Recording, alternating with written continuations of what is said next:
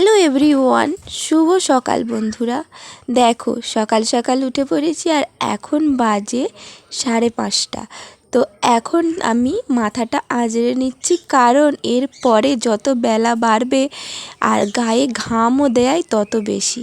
তাই জন্য গরমে এত বড় চুল তো আর আঁচড়ানো সম্ভব নয় আমার পক্ষে। তাই জন্য ঠান্ডায় ঠান্ডায় চুলটাকে আঁচড়ে একটু তেল দিয়ে নিলাম, আর দেখো চুলটাকে তুলেও নিয়েছি।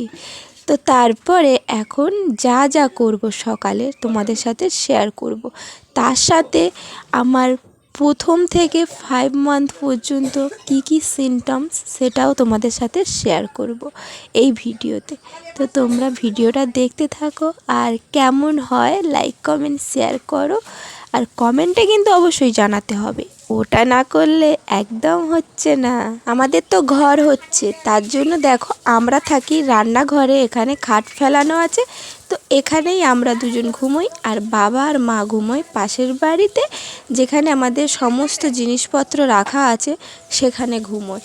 তো দেখো আমি তো ঘুম থেকে উঠে পড়েছি, আর বাবা মা এখানে জল দিচ্ছে, তাই জন্য ভাবলাম আগে সামনেরটাকে ঝাঁটিয়ে নেই তারপরে, কারণ জল যদি পড়ে যায় তো ভিজে যাবে। যেমন দেখো এই যে ভিজে গেছে আর কিছু ময়লা থেকে গেছে, ওইগুলো আর ঝাঁটানো সম্ভব হয়ে ওঠেনি।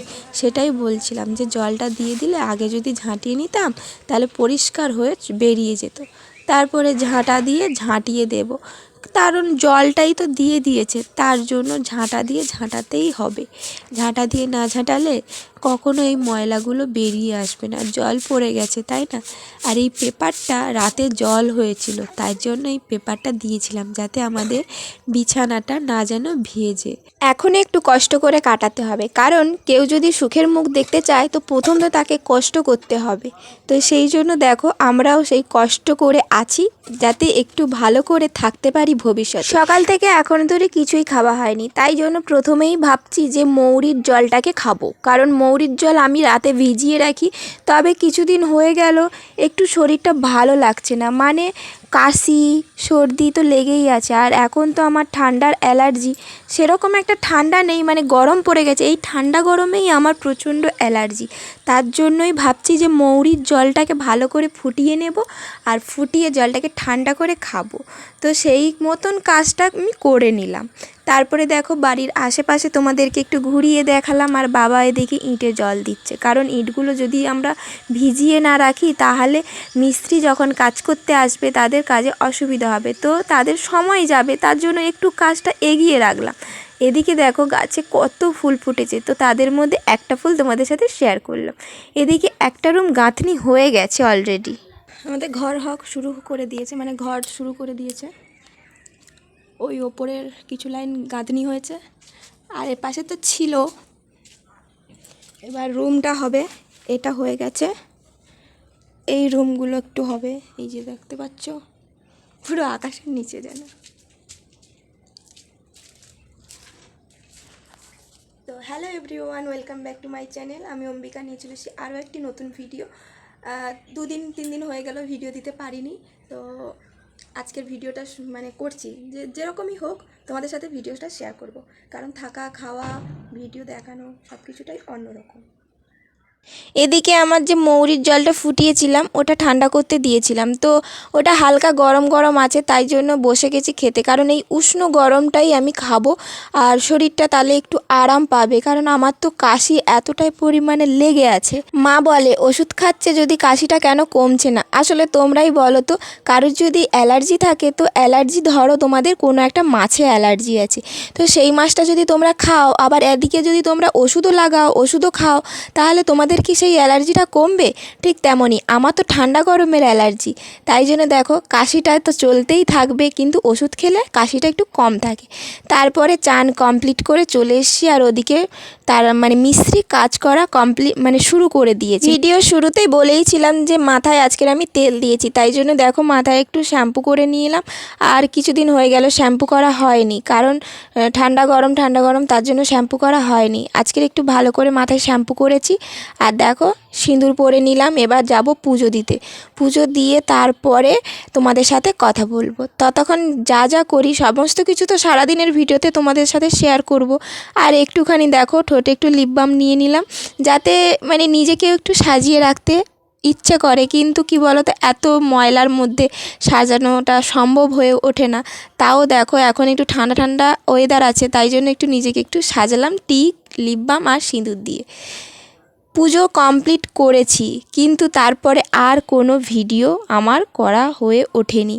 তোমরা নিশ্চয়ই ভিডিওটা দেখলে বুঝতে পারবে। দেখো আমার নাইটিটা কিন্তু চেঞ্জ লাগছে, কারণ আমি চান করে যে নাইটিটা পরেছিলাম সে নাইটিটা কিন্তু এখন আমার পরা নেই। এদিকে দেখো বাবা দুধ দিয়ে গেছিলো, আর ওই দুধটা আমি ফ্রিজে রেখেছিলাম। আর জানি এখন আমার দুধ খাওয়া বারণ, কারণ এতটা পরিমাণে কাশি হচ্ছে, দুধ খেলে আরও কাশিটা বাড়বে।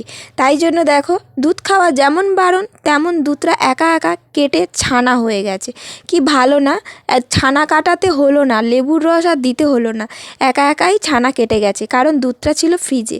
আর এদিকে দেখো পাখিটা আমার উন্নার একটা কুঁড় ধরে কীরকম টানাটানি করছিল। আর এদিকে দেখো সবাই কাজ মানে শুরু করে দিয়েছে, শুধুই কমপ্লিট হয়ে যাচ্ছে। এই ভিডিওটা পরের দিন সকালের ভিডিও, তাই দেখো দুটো ভিডিও কেমন একটা আলাদা আলাদা লাগছে না। ওই পুজো দেওয়ার পরে ভিডিও আর করতে পারিনি, তাই পরের দিন সকালের ভিডিওটা শুরু করে দিয়েছি।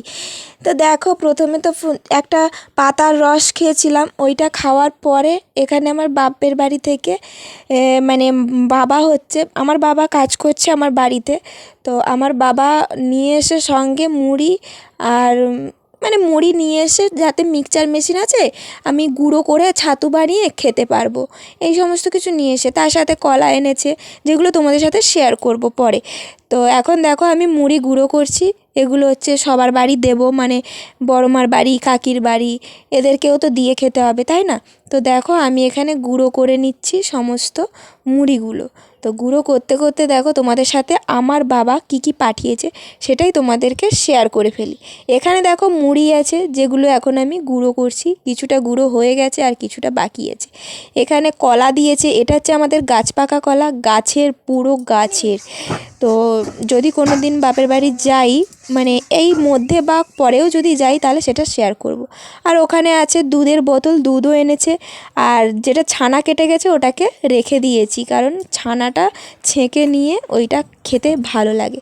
তারপরে দেখো আমি এখানে মুড়ি খেতে বসে গেছি, আর আজকে রান্না হয়েছিল সোয়াবিন বড়ির তরকারি দিয়ে মুড়ি খাচ্ছি। এদিকে আমি মুড়ি খেতে খেতে তোমাদের সাথে শেয়ার করে ফেলি প্রথম মাস থেকে 5 মাস পর্যন্ত আমার কি কি অসুবিধা হয়েছিল এই প্রেগনেন্সিতে, সেগুলোই তোমাদের সাথে আজকে শেয়ার করব।